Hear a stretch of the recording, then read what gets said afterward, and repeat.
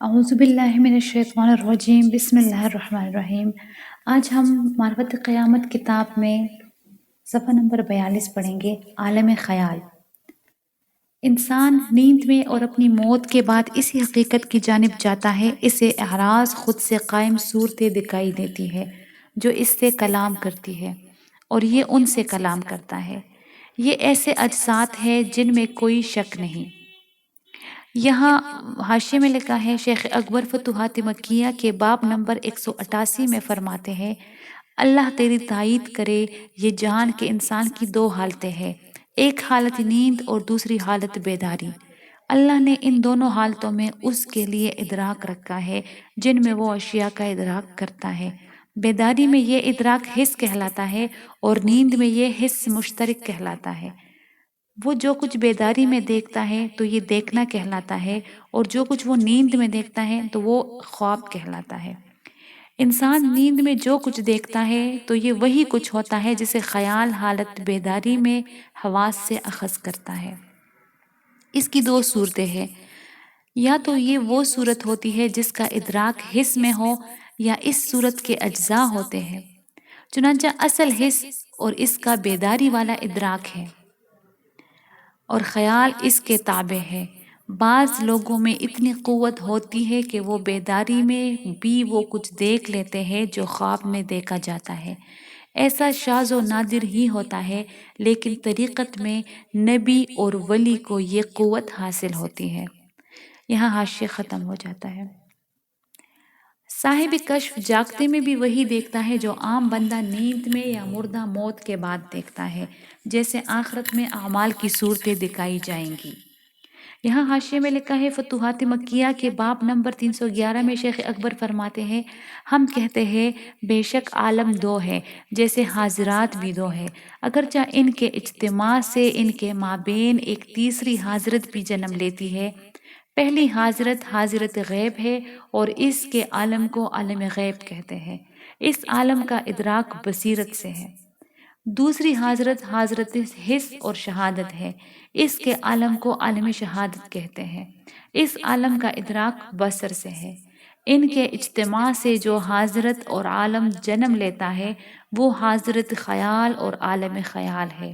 یہ معنی کو محسوس قوالب میں ظاہر کرتا ہے، جیسے علم دودھ کی صورت میں، دین میں ثبات کڑی کی صورت میں، اسلام ستون کی صورت میں اور ایمان قبضے کی صورت میں، جبریل دحیہ قلبی اور اعرابی کی صورت میں، وغیرہ وغیرہ۔ یہاں حاشیہ ختم ہو جاتا ہے۔ اور اعراض ہونے کے باوجود ان کا وزن کیا جائے گا۔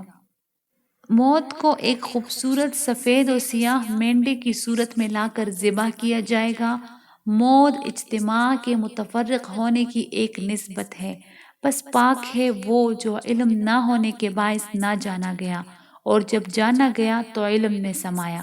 لا الہ الا هو العزیز الحکیم، سورہ آل عمران آیت نمبر 18۔ اس کے سوا کوئی الہ نہیں اور وہ العزیز الحکیم ہے۔ متخیل کا ادراک۔ چند لوگ حسی آنکھ سے اس متخیل کا ادراک کرتے ہیں اور چند خیال کی آنکھ سے اسے دیکھتے ہیں۔ میرا مطلب ہے جاگتے میں۔ جہاں تک نیند کی بات ہے تو وہ قطعاً خیال کی آنکھ سے ہے۔ اگر انسان اپنے جاگتے احوال میں فرق کرنا چاہے وہ دنیا میں ہو یا آخرت میں، تو اسے چاہیے کہ متخیل کو اپنی نظر میں قید کرے۔ اگر دیکھے جانے والی موجودات تکوینات کے اختلاف کے باعث مختلف دکھائی دے اور وہ اس کا انکار نہ کر سکے کہ یہ وہی ہے، اور نظر اس میں تکوینات کے اختلاف کے باعث اسے قید نہ کر سکے، جیسے گرگٹ کو دیکھنے والا جب وہ رنگ بدل رہا ہو، تو یہ سب بلا شک و شبہ خیال کی آنکھ سے ہوتا ہے، یہ حسی آنکھ سے نہیں۔ تو نے خیال کا ادراک کیا خیال کی آنکھ سے کیا، تو نے خیال کا ادراک خیال کی آنکھ سے کیا، حسی آنکھ سے نہیں۔ ناری اور نوری ارواح کے کشف کے دعوے داروں میں سے بہت کم لوگ ہی یہ جانتے ہیں۔ جب اس کی آنکھ پر ایسی صورتیں ظاہر ہوتی ہے تو وہ یہ نہیں جانتا کہ اس نے کس آنکھ سے ان کا ادراک کیا، خیال کی آنکھ سے یا حسی آنکھ سے۔ یہ دونوں ادراک آنکھ سے ہی ہوتے ہیں، کہ یہی آنکھ خیال کی آنکھ اور حسی آنکھ سے ادراک کی جا ہے۔ یہ ایک دقیق علم ہے، یعنی دونوں آنکھوں کے درمیان فرق کا علم، یا آنکھ کی حس اور حس کی آنکھ کے درمیان کا فرق۔ اگر آنکھ نے متخیل کا ادراک کیا اور تو اس سے غافل نہ ہوا اور تجھے وہ مختلف صورتوں میں تبدیل ہوتا بھی دکھائی نہ دیا، اور نہ تجھے وہ ایک وقت میں مختلف جگہوں میں نظر آیا، اس کی ذات بھی ایک ہی تھی جس میں کوئی شک نہ ہوا، نہ اس نے اپنی جگہ چھوڑی اور نہ وہ مختلف موجودات میں تبدیل ہوا، تو جان جا کہ یہ محسوس ہے، متخیل نہیں، اور تو نے اس کا ادراک حسی آنکھ سے کیا، خیال کی آنکھ سے نہیں۔ خواب میں رب تعالیٰ کا دیدار۔ اسی مقام پر تو انسان کا خواب میں اپنے رب تعالیٰ کو دیکھنا پہچانا جاتا ہے کہ وہ رب تو بے صورت اور بے مثل ہے، جبکہ ادراک نے اسے حاصل اور قید کیا۔ اسی مقام پر سمجھ آتا ہے جو ایک صحیح حدیث میں آیا ہے کہ باری تعالیٰ ایک ادنا صورت میں تبدیل ہو کر ان کے سامنے آئے گا تو وہ اس کا انکار کریں گے اور اس سے پناہ چاہیں گے، پھر وہ اس صورت میں آئے گا جسے وہ پہچانتے ہوں گے، سو جان کہ تو اسے کس آنکھ سے دیکھے گا۔ یہاں حاشیے میں لکھا ہے، یہ صحیح بخاری و مسلم کی ایک لمبی حدیث ہے، مختصراً کچھ یوں ہے کہ روز قیامت اللہ تعالیٰ لوگوں کو جمع کرے گا اور کہے گا جو کوئی جس کی عبادت کرتا ہے وہ اس کے پیچھے ہو جائے، سو جو سورج کی عبادت کرتا ہوگا وہ سورج کے پیچھے ہوگا، چاند کے عبادت گزار چاند کے پیچھے ہوں گے، اور طاغوت کے عبادت گزار طاغوت کے پیچھے، صرف یہ امت اور اس کے منافق باقی رہ جائیں گے۔ پھر اللہ ان کے سامنے آئے گا اور کہے گا میں تمہارا رب ہوں، تو وہ کہیں گے ہم یہیں پر کھڑے ہیں جب تک کہ ہمارا رب نہ آ جائے، اور جب ہمارا رب آئے گا تو ہم اسے جان جائیں گے۔ پھر اللہ اس صورت میں ان کے سامنے آئے گا جسے وہ جانتے ہوں گے اور کہے گا میں تمہارا رب ہوں، وہ کہیں گے ہاں تو ہی ہمارا رب ہے۔ یہاں حاشیہ ختم ہو جاتا ہے، آگے لکھا ہے بے شک میں نے تجھے بتا دیا ہے کہ خیال کا ادراک خود اسی سے ہے، یعنی خیال کی آنکھ سے، یا اس کا ادراک بصر سے ہے۔ اس بارے میں صحیح کیا ہے جس پر ہم بھروسہ کر سکے؟ اس بارے میں میرا شعر ہے، جب میرا حبیب میرے سامنے آئے گا تو میں کس آنکھ سے اسے دیکھوں گا؟ اسی کی آنکھ سے، نہ کہ اپنی آنکھ سے، کہ اسے اس کے سوا کوئی نہیں دیکھتا۔ یہ اس کے مقام کی تنزیہ اور اس کے کلام کی تصدیق ہے، کیونکہ اس نے کہا ہے لا تدرکہ الابصار، سورہ انعام آیت نمبر 103، نگاہیں اس کا ادراک نہیں کر سکتی، اور کسی جہان کو متعین نہیں کیا بلکہ اسے مطلق آیت اور معین محقق مسئلہ بنایا، چنانچہ اس کے سوا کوئی اسے نہیں دیکھ سکتا، میں اسے اسی کی آنکھ سے دیکھوں گا۔ ایک صحیح خبر میں ہے میں اس کی وہ آنکھ ہوتا ہوں جس سے وہ دیکھتا ہے۔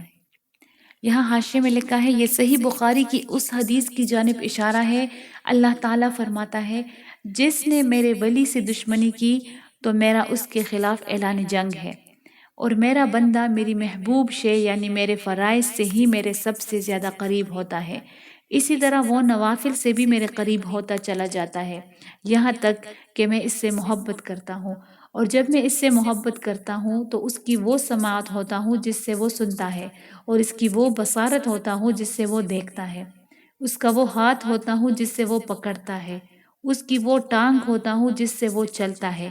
اگر وہ مجھ سے سوال کرے گا تو میں اسے ضرور دوں گا، اگر وہ مجھ سے پناہ طلب کرے گا تو میں اسے پناہ دوں گا۔ یہاں حاشیہ ختم ہو جاتا ہے۔ سوائے خوابیدہ غفلت کی نیند سے جاگ اور متنبہ ہو، سو اے خوابیدہ غفلت کی نیند سے جاگ اور متنبہ ہو، بے شک میں نے تجھ پر معارف کا وہ دروازہ کھولا جس تک افکار نہیں پہنچ پاتے، ہاں عقول اسے قبول کرتی ہے۔ اس کی ایک وجہ تو عنایت الہی ہے، یا پھر وہ شخص ذکر و تلاوت سے قلوب کو جلا بخشے۔ یہاں حاشیے میں لکھا ہے یہاں شیخ نے باطنی آنکھ کھلنے کے دو ذرائع بتائے ہیں، جس میں ایک وہبی اور دوسرا کسبی ہے۔ وہبی طور پر تو ایسا صرف اہل عنایت الہی سے مخصوص ہے کہ اگر اللہ چاہے تو وہ ان کی یہ باطنی آنکھ کھول دیتا ہے، اور اس کے لیے انہیں کسی مجاہدے کی بھی ضرورت نہیں ہوتی۔ لیکن کسبی ذرائع میں ذکر اور تلاوت قرآن سے قلوب کو جلا بخشنا ہے، تاکہ جب اس قلب کا آئینہ صاف شفاف ہو جائے تو جو مخلوقات اس کے سامنے آئے ان کا عکس اس میں منعکس ہو، اور یوں عارف قلب کی طرف نظر کرنے سے غیب تک رسائی پائے، وہ غیب جو عام لوگوں کے ادراک سے ماورا ہے۔ یہاں حاشیہ ختم ہو جاتا ہے۔ پس عقل وہ قبول کرتی ہے جو تجلی اسے بتائے، اور عقل جانتی ہے کہ اگر وہ فکر سے اسے کھوجتی تو یہ اس کی قوت سے باہر ہے، اور فکر سے کبھی اس تک نہیں پہنچا جا سکتا۔ پس وہ اللہ تعالیٰ کا شکر ادا کرتا ہے جس نے اسے اس نشاط پر ترتیب دیا جس سے وہ یہ سب قبول کرتا ہے۔ یہ رسولوں، انبیاء اور اولیاء میں اہل عنایت کی نشاط ہے، تاکہ وہ یہ جانے کہ اس کا قبول کرنا اس کی فکر سے بہتر ہے۔ یہاں حاشیے میں لکھا ہے اگر عقل خبر قبول کرے تو یہ اس کا فکر قبول کرنے سے اعلیٰ درجہ ہے، اور یہ رسولوں، انبیاء اور اولیاء میں سے اہل عنایت کا حال ہوتا ہے۔ یہاں حاشیہ ختم ہو جاتا ہے۔ سو اے بھائی، اس کے بعد اب یہ حقیقت جان کہ اس باب کے پیچھے سے کون تیرے سامنے جلوہ گر ہوا۔ یہ ایک عظیم مسئلہ ہے جس میں عقل حیران و پریشان ہے۔